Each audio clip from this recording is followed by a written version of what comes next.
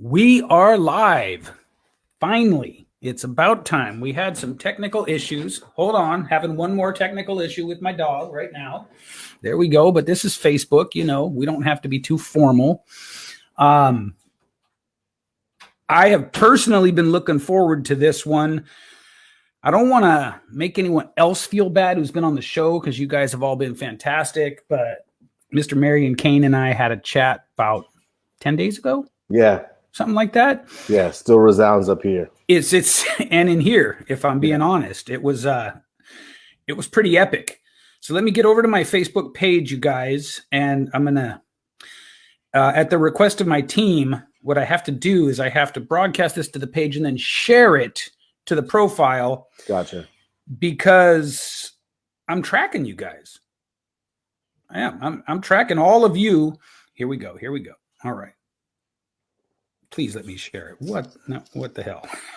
You gonna let me share you or not? All of you who, great. Facebook is totally just slitting the bed on me right now. All right, I'm gonna have my team share it because this is taking way too long. Hold on a second, you guys. Can you please share the interview to my profile? There we go. All right. I couldn't do it. Simple enough. Right. Man, what is up? Teamwork makes the dream work. That's the way it goes. Teamwork makes the dream work. You know how that goes. I mean, you're looking good, Manny, as usual. Thank you, sir. Well, I like to see my friend. Yeah. Well, this time I wasn't going to get caught napping. Because I got you. last time we were on the call, I was like, "What?" Yeah, we lose track of times, like old boyfriend and girlfriend. Man, it's fine. Mm-hmm. It's fine. I couldn't think of a better way to spend the day. Right now, so many people. I mean, they're stressed. Their mindset is in disarray. They feel hopeless, and so I just really want to say the initiative and what you're doing. I mean, it's fantastic. It's really fantastic. So I'm honored to spend this time. A lot of times people are using this opportunity. They're getting pushed the wrong message right now. Yeah. Right now is a time to like rebuild and regrow your mindset. Yeah. And also just to really get people down to homeostasis as opposed to creating more fear and more concern. And I really appreciate that's what you're doing. So anything I can do to help and beyond, it's my pleasure. Right on, man. Right on. So I agree with you. And I guess I'm not that surprised being a student of human nature as Elaborate. You are. What do you mean? I'm not surprised at what I see people doing. That's what I'm talking about. Right. I see, pretty much like the predictable segmenting of human nature during this time of such like wild uncertainty. So for me, when this started unfolding, I got a little catatonic. Okay. If I'm being honest, I did. What do you mean? In what sense? In the sense of like I felt myself wanting to start putting up denial. Gotcha. Ain't gonna be that bad. Yeah. People are overreacting. Blah, blah, blah, right? They're not. And I don't think they are, man. I think that what we've got here is a very unprecedented situation. So the next question for me was, and I recognized that feeling inside of me, and this is actually going to segue nicely into the mindset component of charisma, right? But I recognize that feeling inside of me. It's like the times when I was a kid where I decided to cower down instead of stand up. Those times still hold a lot of shame for me. Yes. You know what I mean? Yeah. Yes. Like it's hard to feel that. Hard to feel like a man after that. Growth is painful. It's painful. Word. But you want to know what's interesting though? I think one of the main reasons that people are starting really to panic and they're having a different type of mindset and it's very scary is because a lot of folks don't understand that we go through a routine every day. Yeah. And that's one of the major things I teach in terms of charisma. And you know this as being a student of public speaking and also teaching people. Mm-hmm. You have the skill set. You know what's necessary and what's needed. Yeah. Right.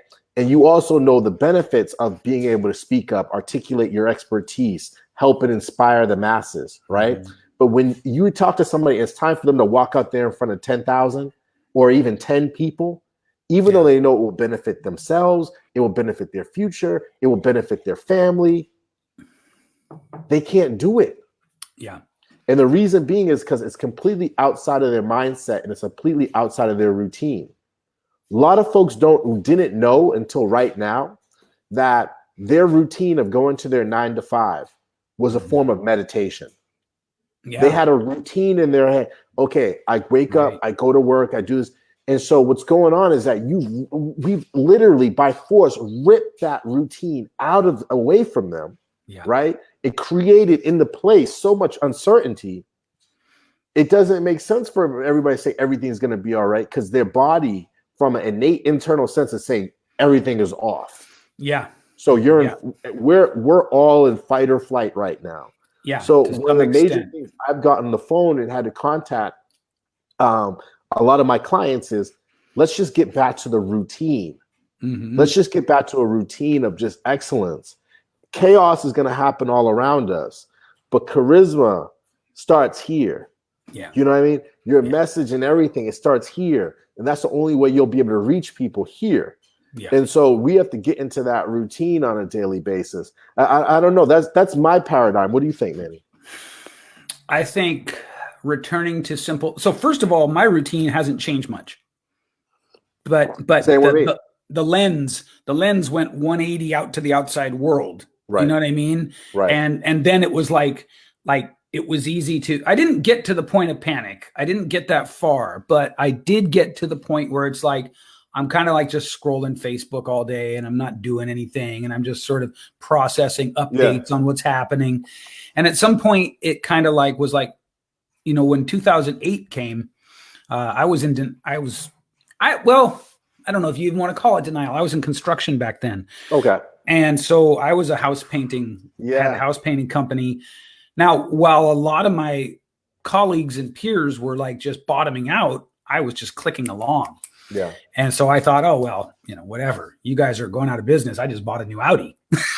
You know? Yeah. about 2 or 3 months later, the bottom fell out for me. So I was able to stay in the game longer than some, but I just remember that feeling of like refusing to accept what was happening. Right. And so I didn't want to do that again. And so then I turned to a question of like, how can I show up? It feels tone deaf to be making offers right now, especially for something that has to do with booking people to speak. Right. That just, I mean, I was worried I'd look like an idiot trying to promote, you know, hey, I'll get you booked to speak. Not for another year, but I'll get you booked to speak. You know? And so the question became, what can I do? So speaking to your point about getting back to a routine, getting back to a discipline of excellence, the question was, what can I do? The answer wound up being this interview series. Yeah. And so for all of you guys sort of paying attention and tuning into this, my game plan, which I would suggest for any of you, is to at least focus some of a good portion of your time, resources, and bandwidth on omnipresence. Yes.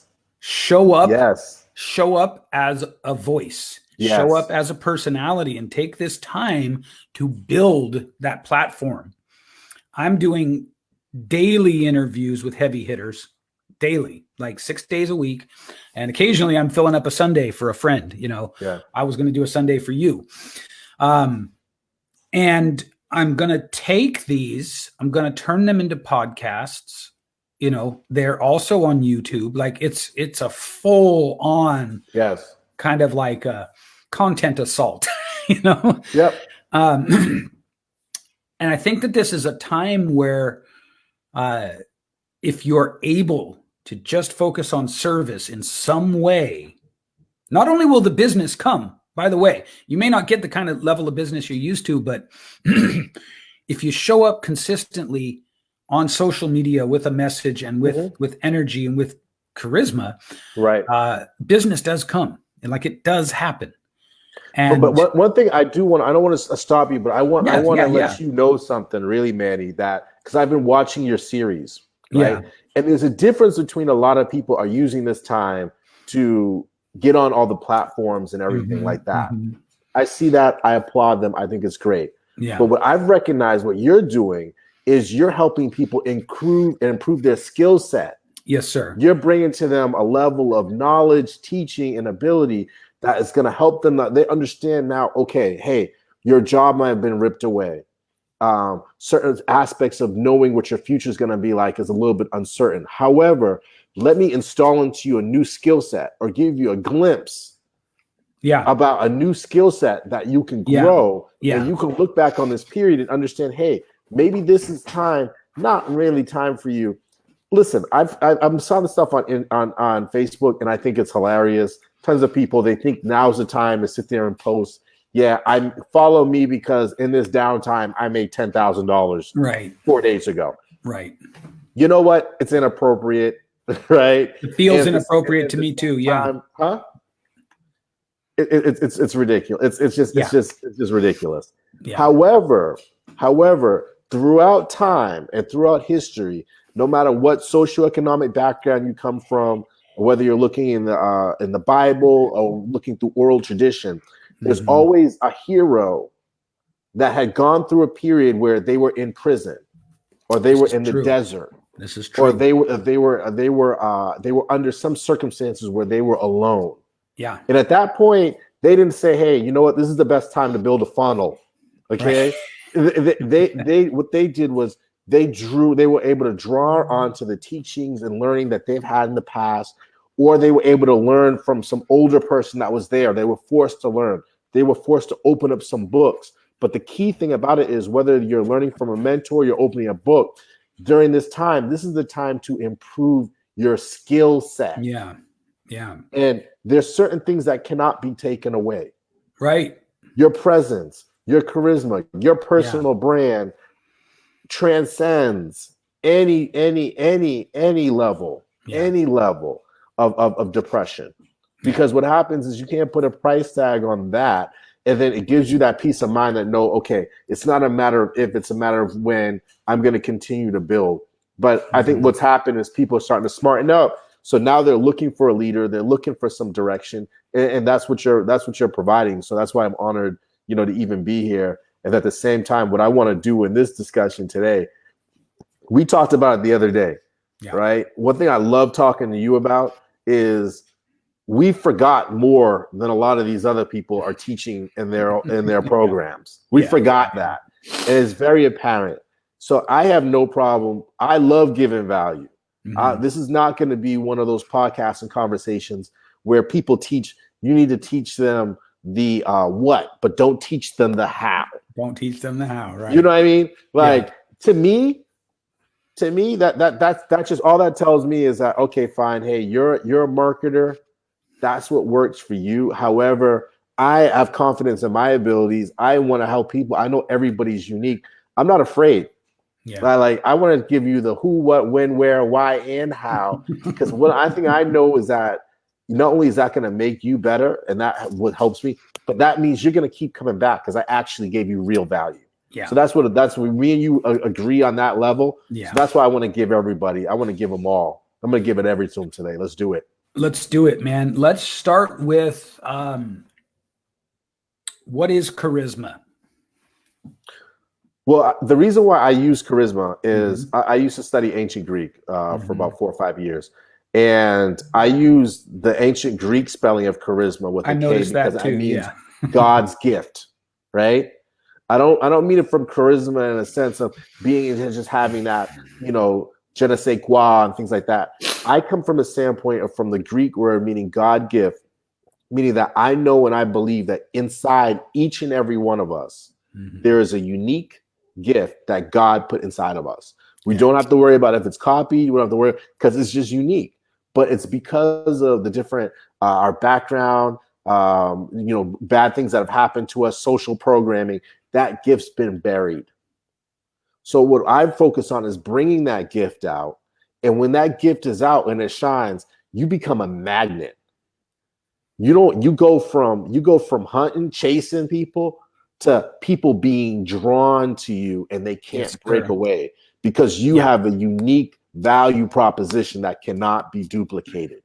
That right there is what's powerful. So when you start to understand what I look through and I break through, each individual has their own formula.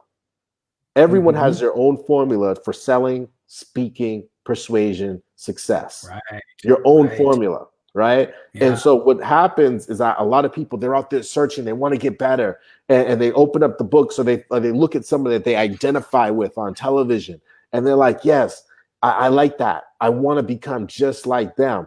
The problem is they're going to teach you how to be just like them. But coming from a science standpoint, I'm a Jungian psychologist. There's a lot of things people will teach and put down, and they genuinely want to teach you everything, Manny. They genuinely want to teach you everything. But then there's a lot innately that they don't even know that they do that's successful. Sure. So they're sitting there, they're kind of, and you're following these things. You're buying the books, you're buying the programs, and you have a modicum of success. Yeah. But I mentioned this the other day. It's one of those, I always remember Mike Tyson's quote. He said, everyone has a plan until they get punched in the face. Right. And it's happened to all of us. We've sat there. We want to be like Tony Robbins. We want to be like the Grant Cardones. We want to talk like the Gary V's. And it works for about 15, 20 minutes. Then somebody hits us with a question. Or then something happens that's a glitch in the matrix. And then you're just like, you're stuck. And then boom, it's like a balloon that just becomes automatically deflated. Your shoulders come in and you're like, dang, I'm a fraud. But when you have your own charismatic, you have your own formula, you're able to coach yourself. There's nothing anybody can say or do that can stump you. Yeah, absolutely. So it's kind of like there's an idea in martial arts, right? That the truth of the system lies in the space between the forms. Yes. Right? Yes. Yeah. And so you'll have these people, especially over here in the United States, who will assiduously study and learn all the katas and get the black belt. Right. And could just, like I've done this on the mat. I have mopped the floor with some black belts. Yeah. Because all they focused on was the forms. Right. The truth of the system lies between the forms. Same thing with music. Yes. That's for what I was every gonna say. person, for every person that manages to find their way through all the music theory and the scales and the this and the that and pop out the other side, like Charlie Parker did, or let's say who's another one, Dizzy Gillespie. You get about 1 million people who are stuck in the form. Yeah. And so if we're using that analogy, then we can see that with people in the online space too, can't we? Yeah. We're here to, as we talked about yesterday, dissect the goats, which I love that. Let's do it. Love that, by the way. Yeah. In case you don't know, you guys, GOATS is an acronym for greatest of all time. And I was listening to a podcast once with a guy named Cole Hatter, who is very successful. He has a conference he does, right? Yeah, he's got a conference he does. And he was talking about how in prep for public speaking, he studied Tony Robbins. Okay. And what I loved about him was he said, what I did was I did a lot of heavy R&D on Tony Robbins, which stands for rip off and duplicate. Yeah.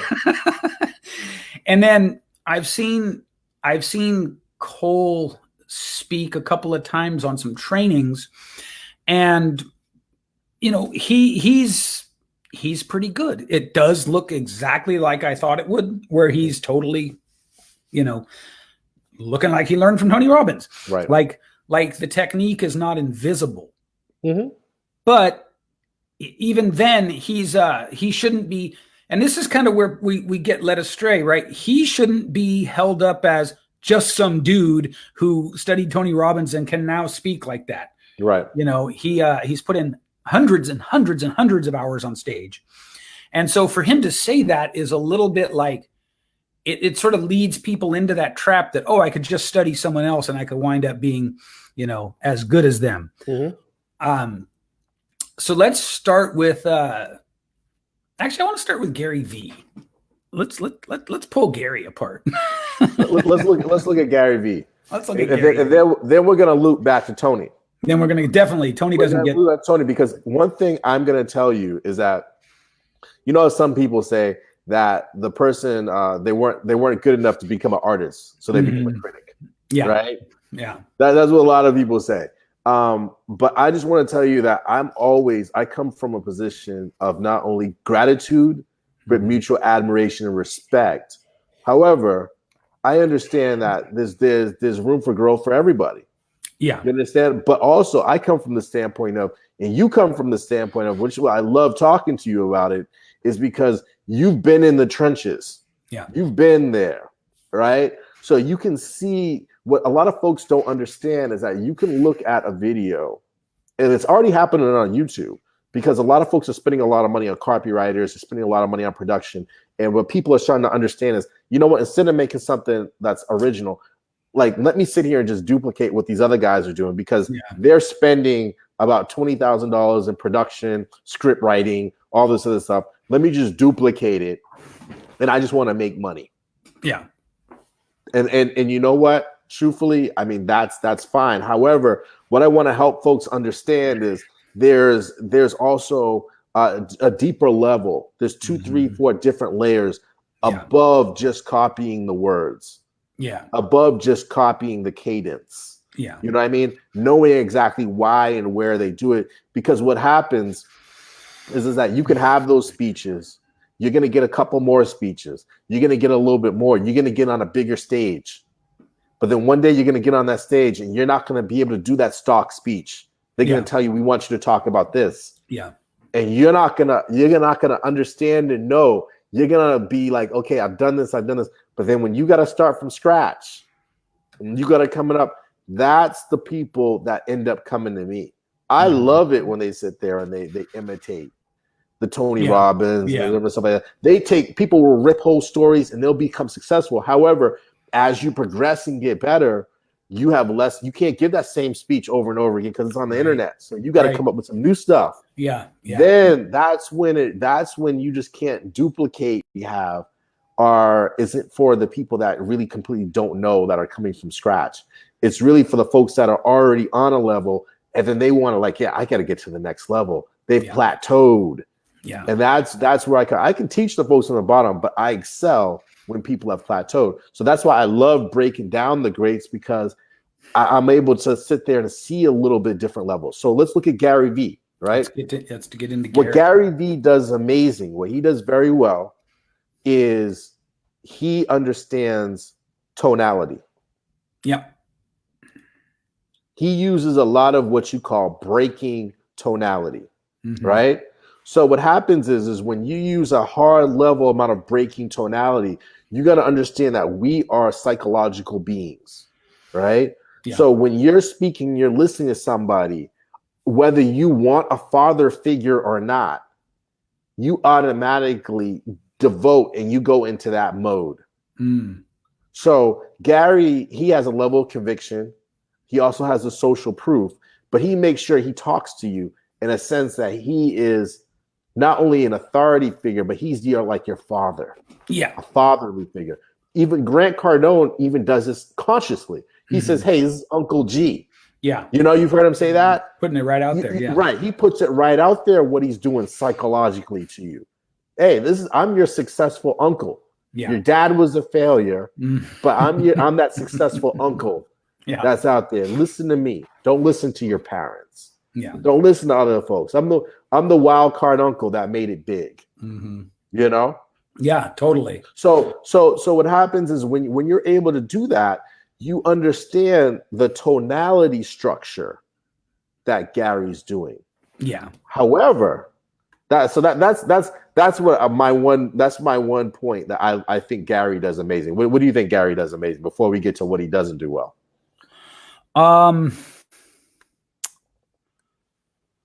It's gotten to the point for me where it's a challenge to extricate Gary's originality. You know what I'm talking about? Yeah. From all the Johnny come latelys. Yeah. It really is. So what does Gary do really well? Gary cusses really well. Right. And I say that glibly, but I mean it. Yeah. Like, so here's what happens. Gary gets up there and I don't think there's anything fake or contrived about who he is. Mm-hmm. However, he has now left in his wake a whole generation of people who feel like they got to cuss and wear a stupid beanie. Oh, yeah. Yeah, guess what, guys? He earned $600 million. He gets to wear a beanie if he wants to. Yeah. If you do it now, you know what I mean? So most of what I see from Gary really is Q&A anyway. Right. So I saw his TED talk where he talked about taking Wine Spectator or Wine Merchant or Wino Times or whatever it was. Yeah. And building it from 2 million to 14 million or something. He did something pretty epic. And even that felt very off the cuff. Even that felt like the 18-minute mark was going to roll up and he was going to, and the moderator of TED Talks was going to have to come out and go, yo, time. So I'm not sure. I can't speak one way or the other to this, but I'm not sure that Gary Vaynerchuk even gives a talk. No. You know what I mean? And so if you're going to aspire to be like Gary Vaynerchuk, one of the things you're missing is that you have to have a massive platform first. You've got to be getting invited to speak. You can't be looking for summits or speaking engagements to and then applying to them and then try to Gary V it. Mm-hmm. So it looks really foolish. Whereas Gary himself looks, he looks legit. It's funny because he just comes out there and he's just sick of it. Yeah. You know what I mean? Mm-hmm. But so when I'm helping people to try to figure out their own sort of unique charisma, one of the things I do is I say, I want you to ask three spheres of people 3 questions. So ask your immediate family, what are the 3 words, the 3 adjectives that they feel describe you best? Right. And ask as many of them as you can. Don't judge anything they say. Just try to make them keep it to 3 words. Because what will happen, especially with your immediate family, is they'll start giving you stories. Right. 3 words. Then you want to ask your next sphere out. It might be your work colleagues, your whatever. What 3 words do you think describe me? And you want to collect as much data as you can, right? Yes. And then the most casual of acquaintances. And this is great for social media. Right. And just get 3 words each. And then aggregate all those words. Mm-hmm. And then you're going to have to do a little bit of work. You're going to have to say, okay, what words mean the same thing or approximately. From that, you can get a snapshot. It's kind of like one of those camera obscuras that you made in science class in 10th grade, where you just, it's a really rough snapshot is my point. Yeah. But with a little sensitivity, what you're going to come away with is a sense of, oh, people think I'm funny, intense, and informed or whatever. But the key thing is people think you are. You understand what I mean? Yeah. You. That's exactly right. And so from there, you now moved one significant step to what I call your individual charisma center. Mm-hmm. Right? Yes. I see so many people who try to mimic Tony's charisma center. Yeah. Gary's charisma center, Les's charisma center. And then so I'll ask them, I'll say, well, what is it about any of those guys that you even makes you want to mimic them in the first place? And they don't even have an answer. Yeah. So let's just break this down for a second, guys. What Tony Robbins' charisma center is he juxtaposes compassion and strength. Mm-hmm. That's what he does. Not all of you guys can do that. Right. Right. And nor should you try if that's not genuinely you. Right. And at the same time, he's using advanced NLP. He's using language patterns. He's dropping anchors. Yeah. He's doing, it's, I don't mean to break it up, but we're going to get into it. And we're going to get into it. You understand what's happening, the language behind the language. But that's another thing too. Everything about Tony Robbins is super well rehearsed. Very. hypnosis. It's all manipulative. You have to understand that. And manipulative, I'm not putting a judgment on that, a value judgment, right? Yeah, but that's what the guy does. So then okay, now maybe I want to sort of set my sights on Les Brown and try to figure out like how can I be the next we got to go back to Gary, man. We got to go back to Gary. We'll get to Gary at the end. The reason why I want to go back to Gary is 2 points I was thinking about. 2 points. Yeah. Number one, he's made a career off of ranting. Yeah. Okay. Yeah. So don't get me wrong. It's not, but there's a structure to his ranting. There's a psychology to the way he rants and the way he does it. Okay. So what's happened is that you understand that a lot of times he's ranting and he's doing these things. He's, it's a lot of it is the context too. Yeah. Context. Late at night, he's on a private plane or he got tons of people around. So what's going on is you have to understand is sometimes your first brain is we have an association bias. Mm-hmm. So when somebody's telling us what to do or what we're doing is dumb or something like that, first thing we look to see is, okay, who else is corroborating that this is dumb? Right. So when you have multiple people saying around them, like nodding, yeah, this is dumb, or he's on stage and he's telling you your whole approach is stupid. You know what I mean? You automatically and he's like, yeah, you got to hustle hard and all this other stuff. But he's giving you the message at 3 a.m. and he's on a private jet. Right. You're like, dang, I'm not hustling. You know what I mean? Yeah, yeah. So a lot of it is the context. Mm-hmm. What Gary needs to do, if Gary came through, and one thing I say, anybody I criticize, I've always made this point. Anybody I criticize, I'm telling you flat out, you come see me, I will train you for free. That's my level of what I don't just like to say. If somebody's going to say, leave some criticism and stuff out there. Mm-hmm. If I'm going to have the point to mention your name and give some criticism, I will open up my time and my wallet, right, to help and install those plans. That's just my personal belief. Because the mentors and people that made me, that helped me, were the people that they've made so much money and they do so well, they never charged me. Mm-hmm. You understand what I mean? It's like those people that really teach you, that give you the real knowledge. It's almost insulting for them to put a price tag on it. Yeah. You know what I mean? Yeah. They just like you and see you and they're just like, just do this. But anyways, if Gary took teaching, he added teaching, the art of teaching into his rants and his approach. Tell people how. Yeah. And so he gives a lot of suggestions about what kids should do. They should, drop everything, don't go to college.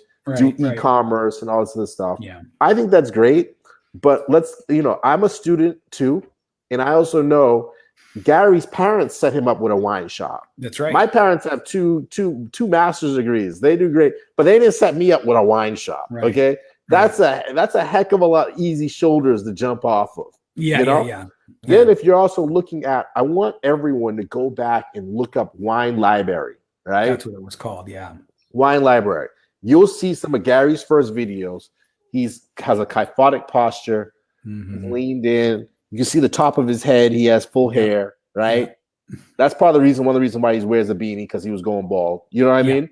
Yeah. Same thing with me. I'm wearing a hat because I have a coronavirus, no haircut. Okay. So you understand? So that's when it's so funny when people start imitating folks. Yeah. You don't even know why they're doing certain things. You know what I mean? You're just like, oh, this is what I need to do. But now they're just covering up I'm losing my hair. You know what I mean? So anyways, he has a more kyphotic posture. He's leaned in, no hat. And, he has his wine and it's just like he's getting dirty reps in. Yeah. He's getting dirty reps in. He wasn't the same person he was then. He is right now. And I'm saying that's not a bad thing. That's just something that's great for everyone. Meaning that you do have a level, even if you're at this point right now, somebody that you like and aspire to, they got better. They got on stage. They found their voice. Mm-hmm. But at the same time, they worked on their craft and their expertise, and they're giving their opinion. Yeah, which is I don't have a problem with anybody giving their opinion. All I sit there and I go through is, okay, what's the correct structure, the means, the physical, the nonverbal to get that across. Second point I wanted to bring out is we were talking about swearing. A lot of people need to understand that there is a psychology to swearing. Right. Okay. So if you talk to any comedians, and I don't like to swear, I think it's just this is my personal constitution. Yeah. But if you use the F, you drop F bombs, it's that hard K sound at the end that wakes people up. Yeah. Okay. It's that hard K sound. And also the part where it's not part of your local norms and mores. It's out that gets your attention. And it also induces laughter. So that's the reason why a lot of comedians, if their routine starts getting stale, boom, they just start swearing, and boom, that explodes it, because it's just something innate in our system. But this is also a psychology thing in terms of not swearing. You've noticed some of our larger iconic brands that stick out to us: Coca-Cola, Kodak, Spanx, all those different things have that hard K sound inside of it. That it not only gets your attention, but it jolts you. So the reason why I bring these different things up is that's what I mean. A lot of times people say, hey, the secret is swearing. No, the secret's not swearing. The secret is not only your word choice, but how and when you employ that. Yeah. So what we're talking about here is state change. Okay. State change, right? We're talking about being aware of. And if you really want to be a great communicator, if you really want to be charismatic, if you really want to be a great speaker, maybe I should flip the order of those and put speaker first. You have to know what's happening inside of people as you speak. Because if you don't know that, if you don't know what's happening with their nervous system, right? That's heavy. Yeah. You've got to, this is where Tony is. He's the GOAT for this. He's the greatest of all time for this, as far as I can see. He knows exactly what each word is doing to your nervous system, baby. That's gangster. Like that's gangster most right there. And you go back and you look at Tony Robbins 10 or 15 years ago, didn't cuss at all. Never. He was a 6'7" goody two shoes Boy Scout. Remember that? Like and now you'll hear him talk candidly about how he deliberately uses the science of taboo language, he calls it. And one of the things I realized about Tony is he calls a lot of stuff science that he just calls it science. but the point is that he knows, to your point about context, he knows that he started out as a giant Boy Scout. He knows that he was just a cheerleader for many, many years of his career. And he knows that there's a lot of things that happen. There's a subtle rebrand that happens when he grows a goatee and starts cussing a little bit and starts wearing tight t-shirts instead of suits. And like that's the thing. None of it is by accident. And the other thing is he's playing to his strengths because he knows his strengths. What I want to do, we talked about getting to Les real quick. So let me just break Les down real quick. If Tony is the juxtaposition of strength and compassion, which is even more supported by the goatee and the tight t-shirts and the cussing, right? That's just hammering the strength part. And he does love people. I'm 100% convinced of that. You can't he's one person, and we're gonna get down to him. Yeah, we're gonna get to him. We're gonna shelve it. We're gonna get to them. But he's great. Yeah. It's interesting for me because he's great, and yet I would never go near him anymore. Elaborate. Because some of the moves he's made leave me feeling like they were just shameless money grabs, internet money grabs. Yeah, dude. But here's the thing that's so hilarious, though, is that there's a huge correspondence. You got to make that choice between keeping it real, or keeping it rich. Okay, so it's one of those situations where I know me and you have both sat there. We've gotten clients, and we're just sitting there, just like, you know what I mean? Just like, okay, and he's doing. Yeah, I mean, he's running that grab, and what's crazy is like back in the day, he used to his information would be all over the place. I'm talking about I was a little kid. I can read and I can see him everywhere. Now all that stuff shifted. If you're gonna do it, you got to come to one of his events. You know, he's kind of just playing to that, you know, that he's already on that level. Yeah. They're doing their main their pushes. They got tons of people behind them, because the bottom line is what they've kind of recognized, and that what they've realized is that people don't just buy one program. Right. So what they've recognized is, hey, I'm the top. I'm already selected all these emails. I got the cachet, and I just pretty much want your list of people that buy everything from you. So they're going to buy from you. These are just buyers. Yeah. So I'm just a fool not to just come up with some launch just so I can get let me get onto your buyers too. I saw something that was an amazing stat, that your average woman has 7 different workout programs and systems on their phone that they've bought over the years. Yeah. 7. That's crazy. You know what I mean? So at that point, you just recognize, like, okay, at what point did you stop and you'd be like, okay, let me go back to the old program. I'm sure some of those programs even worked. Mm-hmm.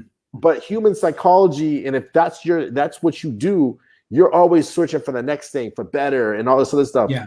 And I'll tell you honestly, all Tony, Dean, and Russell, all they do is they've got a list of people that just buy. Yeah. So they're just going to keep pumping them. Yeah. And all these guys sit in the room and they just take turns launching stuff. That's right. And selling them to the same people. That's right.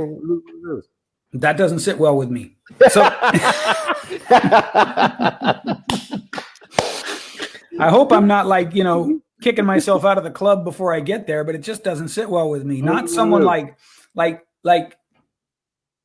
I held Tony in a special spot. Yeah. You know, when his work came into my life, I had never heard a man, certainly not a strong, successful man, be so unapologetically loving of the whole world. Like, it was really profound for me. Right. Yeah. And then to see it go from there to these cheesy graphics of him and Dean Graziosi and Russell Brunson and now that cat who does that, he's got that Advance Your Reach. Anyway, who's it? Pete something. But the point is like, it's just such a far cry from this person who was the sole voice in my life of, like, look, you can do this. I believe in you. You got this. That kind of thing that was so profound to me that I needed so bad, and blah, blah, blah, blah, blah. So, but all that is a little bit of an aside to what he does and what you need to understand if you're going to try to duplicate him, right? Yep. But let's get to Les. We keep trying to get to Les. Let's do it. So, to my mind, Les's unique charisma center is childlike joy. Okay. That was a hard one to pinpoint. That was a hard one to figure out. And I see everybody wants to take a picture with Les, and, you know, he probably makes most of his money now mugging for headshots with people. You know what I mean? Hey, I'd get in line too. You know yeah. But I love the man. I never met him or anything, but I love his energy. But that's a testament to what he does. He knows what his strength is. His strength is not a juxtaposition of strength and compassion, right? Like Tony. And you and I both studied, let's give props here, Olivia Fox-Cabane. Yep. She was the one whose work on charisma was where I first was like, oh, so charisma is the juxtaposition of two different traits, right? Right. I think maybe there's a little bit more than that to it. Looking at someone like Les Brown, to me, he looks like pure childlike joy. Right. That's what it looks like to me. I don't see any juxtaposition there. He's extremely, I mean, I suppose you could argue that he's also very intelligent, but show me a speaker who's good, who isn't intelligent. Like, so we've got Gary, who is your, like, successful, rough around the edges, belligerent dad figure. Right. We got Grant, who's your a little less belligerent, but still really, really rough around the edges uncle. So Gary and Grant are kind of doing a shtick, right? They got a similar shtick. Yep. We got Tony, who is strength and compassion. And then we got Les, who's childlike joy. So I guess the point for each of us is, like, if you really want to not ever have a moment where you run up against the limitations, the boundaries, the borders of biting someone else's style, like trying to be the next Tony, the next Gary, the next Grant, the next whatever, you're going to have to figure out what your jam is. Oh, yeah. Right. No, you go, sir. No, you're flowing. You're rapping. Yeah. How do we, and also the audience, if you guys see me looking down or you see me looking away or something like that, I'm not distracted. I'm actually taking notes. Okay. So I just want you to know the good borrow, the great steal. So keep talking, Manny. Okay. And I suggest you guys feel good. I just want to let you guys see me looking down. You see my arm moving. Yeah. I'm trying to take eye contact and take notes at the same time. So I just want to think I'm weird. So one of the things that is so helpful is to do that test or that discipline I mentioned earlier, where you ask your 3 spheres of social contacts for 3 words each that they feel define you. Yeah. And then you really have to look at them and you have to distill all the information you get down to the most indivisible level you can get it to. Now, I've had students who've done this, who've had their ultimate sort of answer to what is your unique charisma center has been things like one lady who went through profound sexual abuse from a young age at the hands of her own father, but is now strong and compassionate. Like her whole thing was that quality of having overcome and not been broken by the world. Right. And so that gives you a very different bearing in how you do what you do than the person who, for instance, is childlike joy. Right. I had one of the ones that's fairly common is like a benevolent teacher. That's a pretty common one because a lot of the people that get into even being interested in charisma, certainly for speaking, are pretty intelligent. Right. And before they do this exercise, what they do is they're didactic. Do you know what I mean? Mm-hmm. They're just like telling it from the front of the class. Yeah. Right. So if you can tap into, I got my time. Mm-hmm. You're gonna listen. Yeah. And I might not never get here again. So you got to listen. I got to make sure I tell you everything. Right. Yeah. You're sub-communicating that too. Yeah. Anyways. Yeah. It's like forcing meat into the sausage grinder. Yes.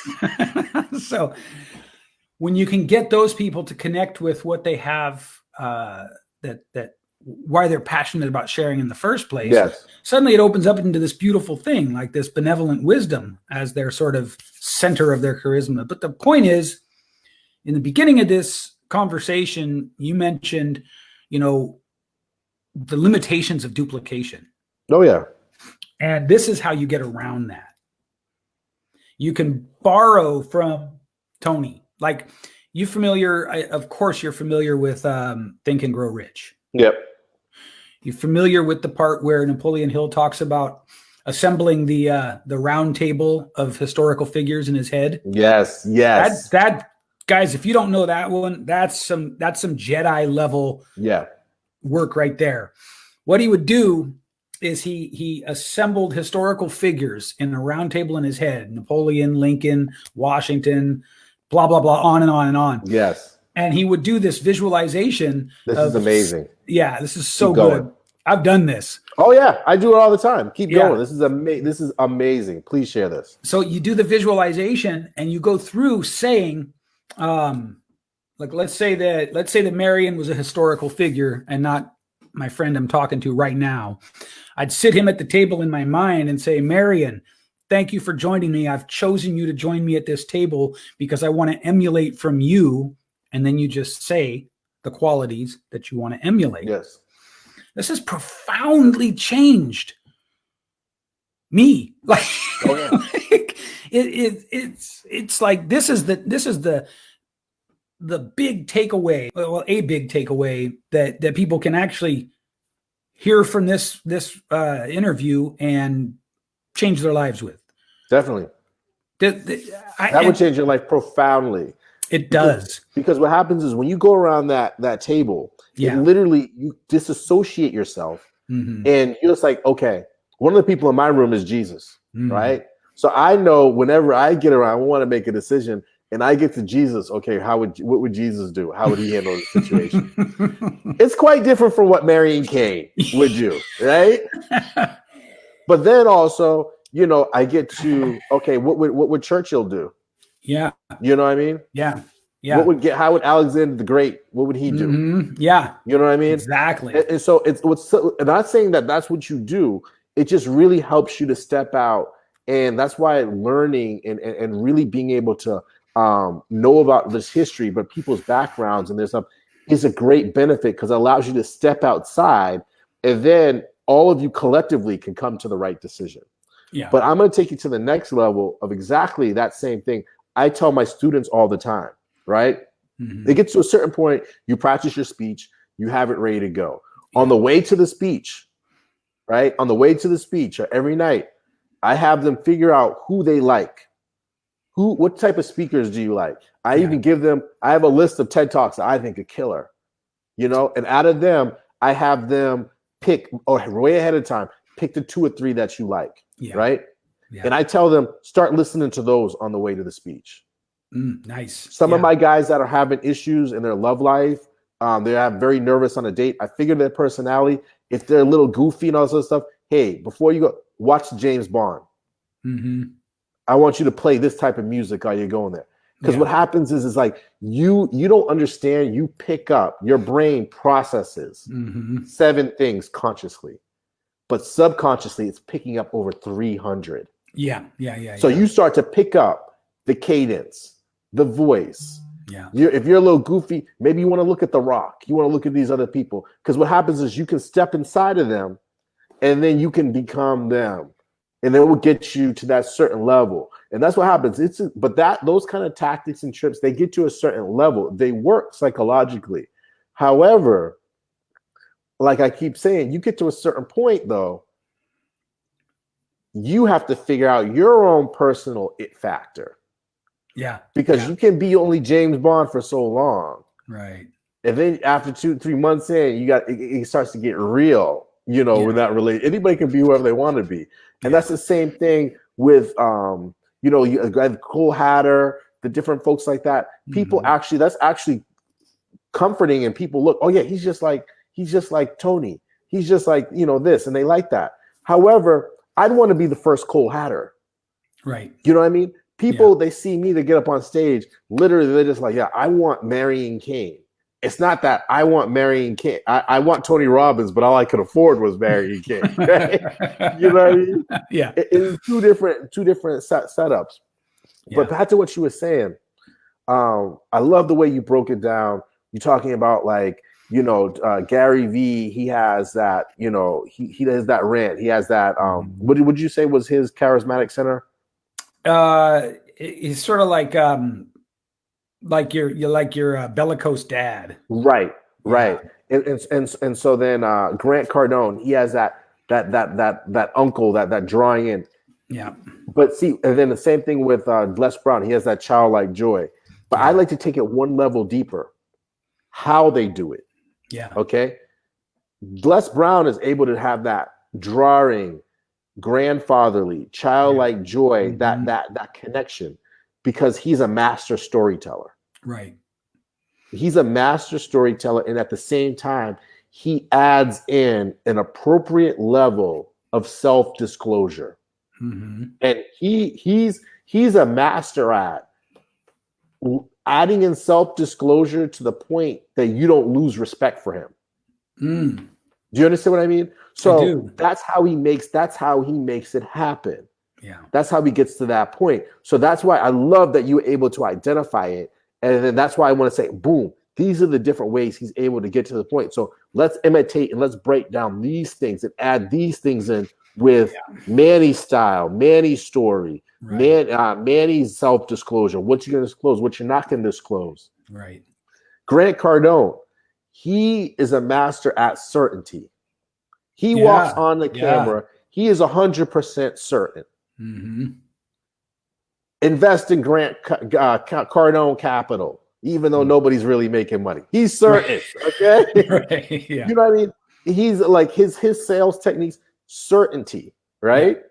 However, one thing that really helped me to understand that there's a difference between just being certain and being certain on camera, but actually in real life. If you've noticed, he's had a couple of interviews that have gone viral with him and Jordan Belfort, right? Yeah. And I've always heard in the past, like Grant Cardone, a lot of his material is taken from this seller named Joe Verdi. Joe Verdi is amazing in the selling world, car industry. Okay. Like pretty much what Grant did was he just pretty much got a prettier face, packaged it up, and mass produced it. He's just a better marketer. Yeah. I tell you flat out, that's no taking here or there. But you look at a lot of Joe Verdi stuff, closes and all this stuff. People already know it. I've been studying that stuff since I was a kid because my family had been in the car business. Okay. So people in the car business know that. But what's going on is that he has that level of certainty. However, if you notice his speeches, I mean, his interviews with Jordan Belfort completely went off the rails. I didn't see it. You got to check it out. Yeah. Completely went off the rails. At that point, I knew that he really didn't develop this. He didn't practice what he preached. So he hit. You know what I mean? Because what happened is when the water gets, you're like a tea bag.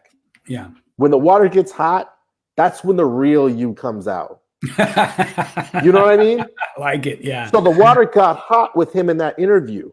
Yeah. And at that point, I was sitting on my edge of my seat. You have Grant, you have a whole book of objections and closes. Yeah. I want to see it. Let's do it. He melted down. Yeah. He melted down. He melted down. And not to take anything away from him, it's just a matter of what we all have to understand is we can imitate and actually emulate these individuals. They are successful. They are making the money. Yeah. But we have to get down to the why.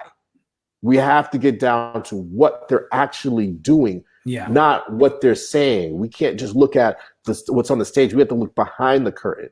Yeah. Gary V. He's very he does a lot of very pointed, very opinionated like rants. Sure. You know what I mean? Yeah. He's able to use his tonality, like we said before, to convince you. I'm certain of this. This is my tonality.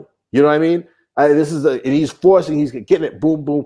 And so you notice there's a certain type of person that loves him, and there's a certain type of person that's just like, yo, this is too much. Yeah.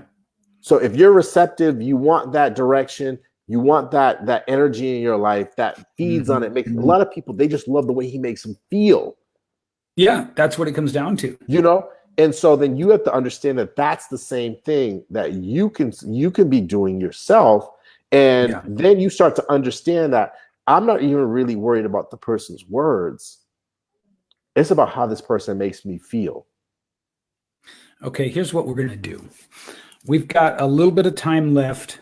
Can we together tag team a quick little actual training on voice? Let's do it. Okay. You're the only other person I know who even talks about the power of the voice, with the exception of some voice coaches who have sort of tried to move into speaking. And every time I poke the ice with them, they just fall. It's like you hit the limitations of their their mimicry. Yes. So what they do is they fall back on the jazz vocal program that they went through in college. Well, guess what? I did it too. Done it. Right. And so I already know what you're going to say. Yeah. Here's the thing. I want your take for the audience on why is the voice so uniquely important? Why is it that without knowing what you're doing with your voice, you're leaving huge influence on the table? Because we want to look at ourselves in the mirror, and everyone wants to look at themselves and say that I am an all accepting, I'm open to the world. I don't have any biases. I love everybody. That's the PC and nice thing to say, right? And I really believe that in your heart, that's who you really are. However, you got to understand, coming from a psychology, fight or flight, type mentality, you're making snap judgments every day. Okay? All the time. Every day that bypass what you know is right and wrong. And so that right there, those snap judgments that you're making every day, right? Yeah. You have to understand your audience is doing the same thing, and you have a responsibility. Right. I don't care what's going on. If somebody stands in front of you and stops, they're actually they're giving themselves into your hands. And it's up to you to either hold it or drop it. And tons of us, by not working on our voice, not working on our tonality, not thinking about it, we're losing tons of opportunities. And the reason I'll give it to you like this: say you have a guy, right? He's gorgeous, right? Beautiful hair, muscles, right? Coming out of the thing, steps out of a fantastic car, winds blowing, beautiful tan skin, piercing eyes, right? Then he walks up to you, "Hey, baby, how you doing?" Right? Just like you popped back and you started laughing, right? The illusion is destroyed. Yes. Yeah. Yes. Same thing with beautiful woman. She's your hair cascading, hair right, everything's good. Absolutely. You know, she walks up and she gets into your personal space. She's like, "Hey, what's going on, brother?" You know what I mean? You're like, yeah. You know what I mean? And it's like, guys is a little different because we just be like, "Shh, just don't talk." But we do it all the time on the phone. All of us do it all the time on the phone because a lot of companies are outsourcing, right? So we pick up the phone the minute we hear, Juan from the Philippines on the phone, or we get a call and it's Sergey from. We automatically slip out of state. Yep. Okay. So the point I'm making is not that we all have certain we're racist or we just understand the power not only of the voice, but there's a certain thing in our head that bring us to homeostasis, that calms us. Yeah. It leaves us open to learn, leaves us open for change. It leaves us open for growth. Yeah.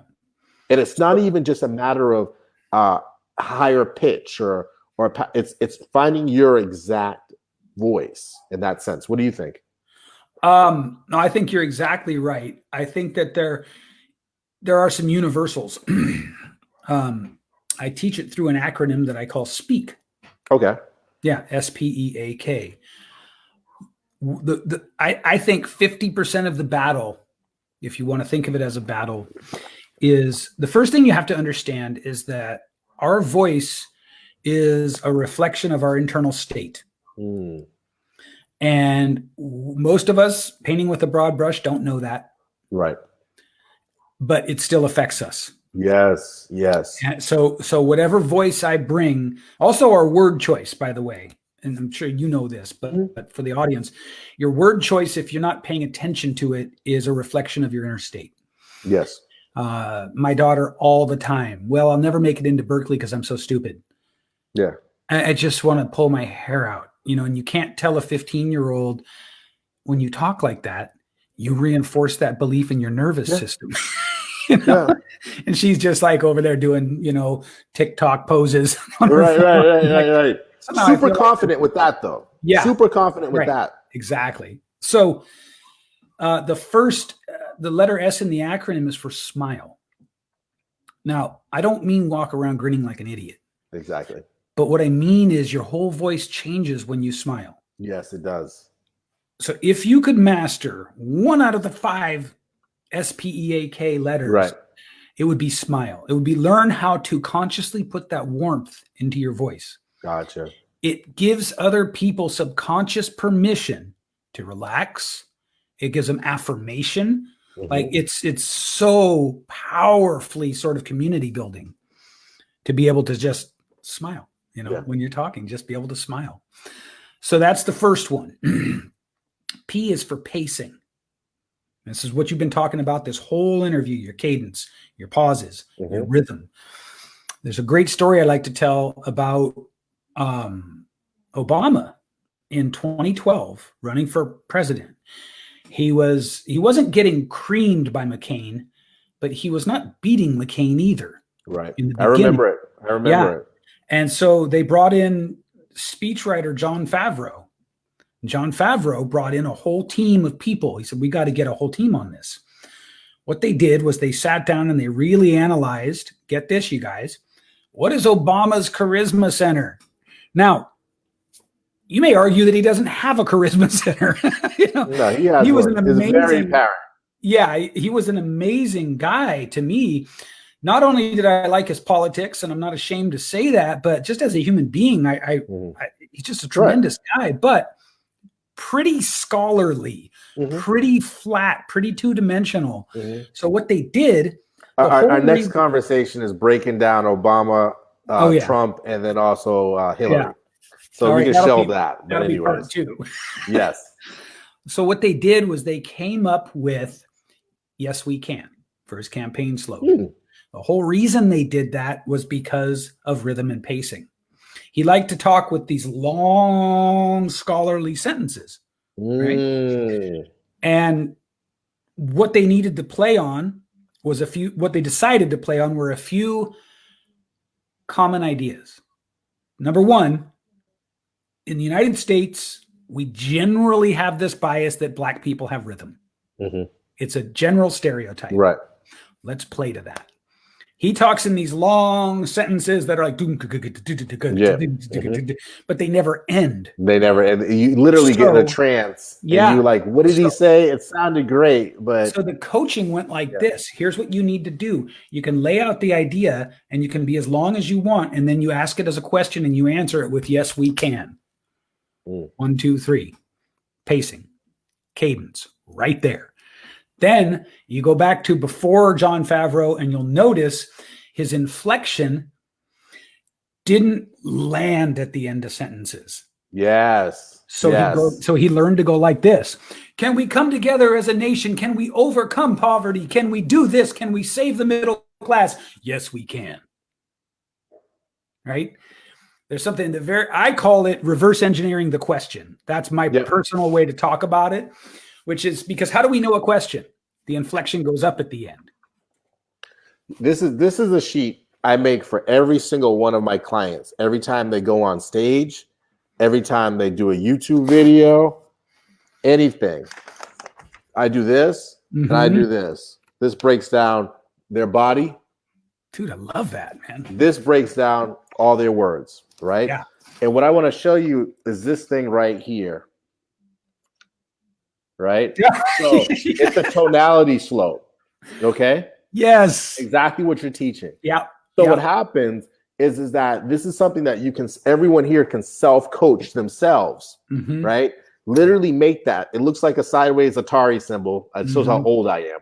But anyways, go straight and up and a down. And you literally can look at your recordings, look at your videos, listen to yourself, and you need to start mapping. Yeah. Where a lot of us are just monotone, so it doesn't even move. So you know that. But a lot of times, and this is huge with speaking, exactly what you're saying about your daughter about going to Berkeley, because we've all done it. We're grown men, right? But we get in a tough situation. We sound like we're in the principal's office. Yeah. Our voice starts to go up at the end. What do you mean? You know what I mean? It's just like somebody, you get that call and then your voice starts to go up and you're like, why do I sound guilty? Yeah. And it's all because you have to understand, okay, my voice, don't keep it up, bring it down. What Gary Vee does, there's the thing, it's called trying when your voice is going up, neutral, and then breaking. Yeah. So if you say like, why? Right? You say, why? Yeah. You look like you're guilty, right? Yeah. You just say, why? Yeah. That's just neutral. But then if you say, why? You said the same thing 3 different ways. 3 different emotional reactions to completely different. Yeah. Say a whole sentence. Yeah. I love you. Right? You laugh. If you're sitting there and you're trying to propose to your girlfriend, and you want her to have confidence to spend the rest of their life with you. I love you. You know what I mean? Like she'd laugh too. Like, okay. You know what I mean? Right. That's not the desirous wants. But if you're just like, I love you. Yeah. It's a lot more believable. But then it's different if you're like, I love you. Yeah. You know what I mean? That's still like, whoa. So you can understand with the tonality, it's never about what we're saying.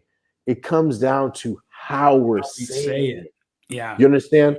And when you can understand that, you can literally communicate. Because you know what a lot of people are defaulting to now with all this technology? They're just like, I just don't want to talk. I won't say anything. Yeah. And then I'll let you fill in the gaps. But those folks are getting exposed too. Back to speak, because you're preaching the truth. I love it. So that's where Obama's whole campaign turned around. That's the reason I use that example. Yeah. From one town hall to the next, his ratings shot through the roof, and he won the fucking presidential election.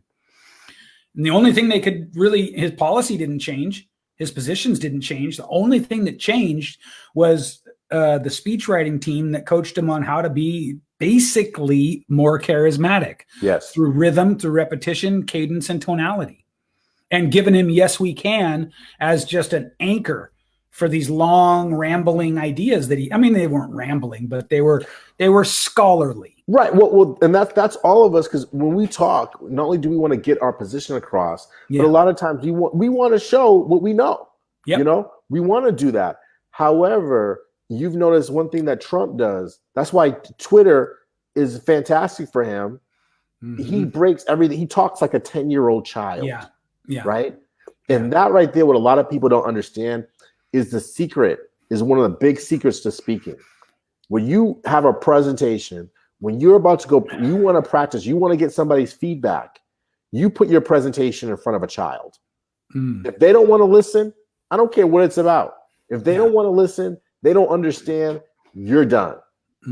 It's that simple. There's a whole thing you can look at on Wired. It's on YouTube, where they have this whole series where you have to explain something complicated to someone on 4 different levels: a child, a teenager, an adult, a PhD, an expert. Yeah. Right. And it really helps people to understand that you need to communicate to the lowest level. Yeah. And when you communicate actually to the lowest level, you're communicating to everybody. That's some Jedi level too. So we're gonna have to put a tack in it, I'm afraid. Yeah, I'm running up against just flat out running out of time. We'll keep it going. Let's do it again. You can't leave me hanging. What's the rest of the speak though? You gotta run it real quick. Energy and enthusiasm. Okay. Right. You need that. You really need that. You got to work on that. Yeah, I got to work on that. So look, guys, simply put, like one of my favorite hip hop artists said, KRS-One, if you ain't willing to die, don't spit it. Gotcha. Right. What do I mean by that for you who don't like KRS-One for some unfathomable reason? K. Yeah, I don't know how you couldn't, but let's say you don't, weirdo. What does that mean? It means anything you say, anything that is worthy of forming into words should have passion behind it. It should have energy behind it, especially when you say it to a crowd, be it a podcast, be it a live interview like this, be it speaking, be it a presentation, be it your loved ones. Put energy and enthusiasm in there.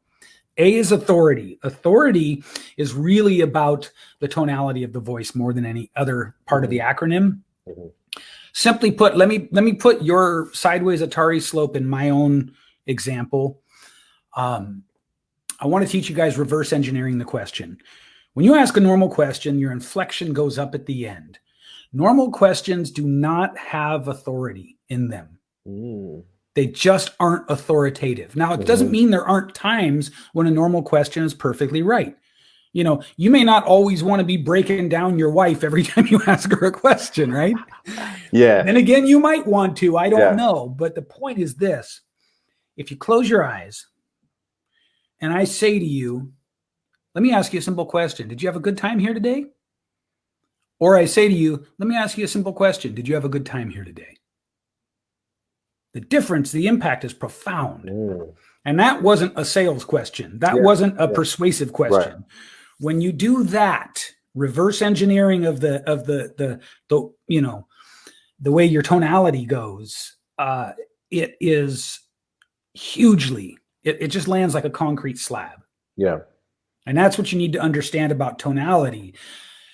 A quick way to think about it is there are, and this is not complete by any means, but there are three main voices that I want you to start thinking about and drawing from. And that's the lover, the scholar, and the warrior. Gotcha. Right? The lover whispers, the lover's seductive, the lover has pauses, the lover draws you in. The scholar teaches. The scholar is expository. They are teaching from the front of the class. Right? The warrior is fearless. More than any other, the warrior is not afraid of long pauses. Yes. Right? Because the warrior is courageous. Yes. We're going to have to do a part 2. We're just going to have to. What's K? You got to give me K. The K is keep them engaged. And what that means is be constantly paying attention to the S, the P, the E, and the A. Right? And then you get to K. So it's kind of like if you incorporate S, P, E, A, you will achieve K. Gotcha. Yeah. Gotcha. Yeah. As usual, I learned. Send me a copy. I'm going to post mine, put mine on my podcast. Will do. I love you, Manny. We're going to do this again. Yeah, let's schedule a part 2. Yeah, we'll do it. All right. We'll do it. And here's the thing I also want to lay out there. If people, they look at this and there's stuff you just completely disagree with, you think I'm completely off, let me know.